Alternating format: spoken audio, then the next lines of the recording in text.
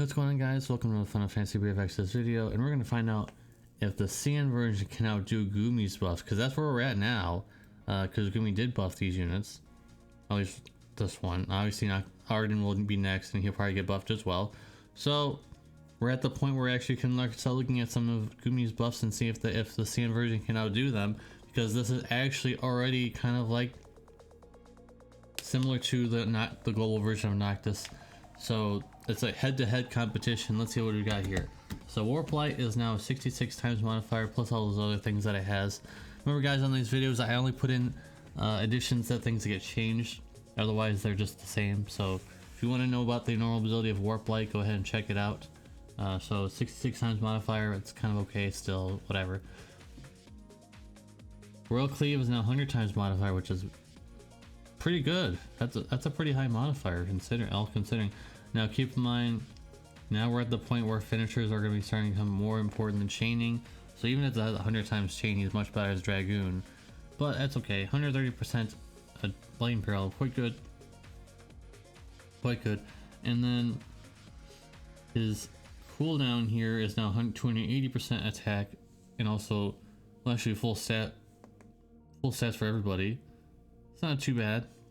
And also, well, unfortunately, the killer's only for himself. It would be really nice if that 175% was for everybody, but Zon can still spread that if you want. So 175% Reaper killer. And the cooldown. Legacy of Lucy is now 130 times modifier. Not too bad. Let's move on then. We have some passives here. 200% attack instead of 180. And also Spirit, 80% Spirit and MP, and defense and HP 60%.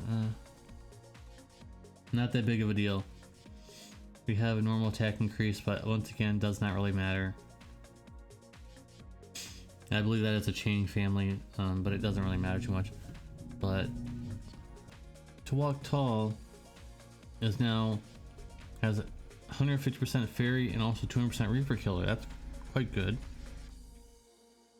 I think it's supposed to be higher than that, actually, because that's it, from what that looks like, it looks like the same. So I'm pretty sure I should be a lot higher. That might be a mistake on the translating part, because I'm pretty sure that should be a lot higher.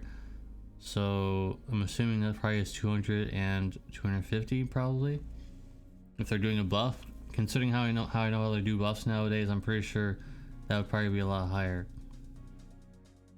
And this is one of the better parts. Remember, guys, keep in mind they're doing the same thing with global. So he still, I'm pretty sure I heard that he still has the preemptive LB fill. So on the first turn, he'll have, for all enemies, 30% sword imperial. That's very nice. That's juicy.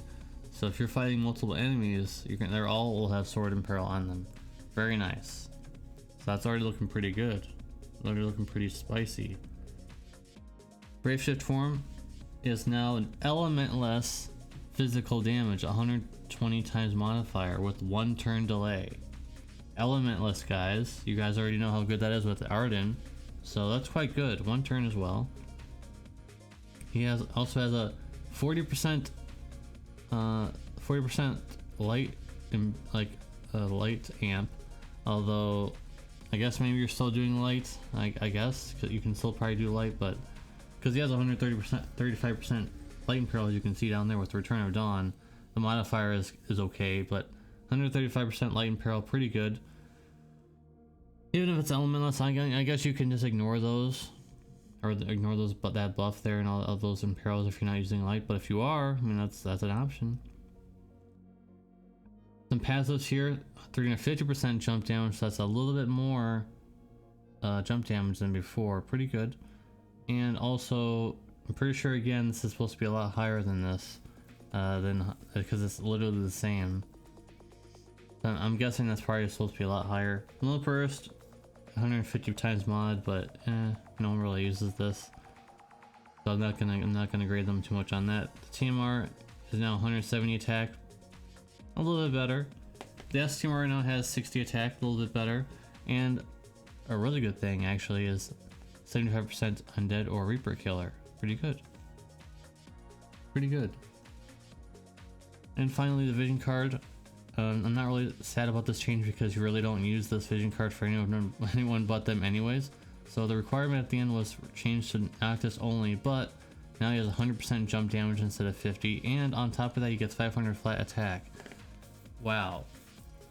I would say they definitely outdid Gumi on these buffs. Gumi did a decent job, but then CN version came in with an even better job, so they definitely outdid them. They just threw them off the cliff and said, we are the prime buffers in this game, get out of the way, we will buff up the game, we will fix the game, we'll make the units a lot more interesting and more useful than you could ever do, Gumi. And that's what they're doing. So let me know in the comment section down below if you guys agree with that statement, or maybe they could have used some more. There are some misses, of course, like the Lunar Burst and the Brave Shift form could have had something, because sometimes they do add things onto them. I wish they would have had the Sword and Peril and that Brave Shift, Lunar Burst, or maybe something a little more interesting, maybe something else. That Reaper Killer for all allies would have been really nice, but other than that, I think they did a really good job. I think they definitely blew Gumi out of the water, but we'll see what they do with Arden, because I believe Arden was the better choice anyways, because the Elementalist, but he's Elementalist now too. So it all depends on what they're going to do with Arden next, guys. We'll see how it goes next week.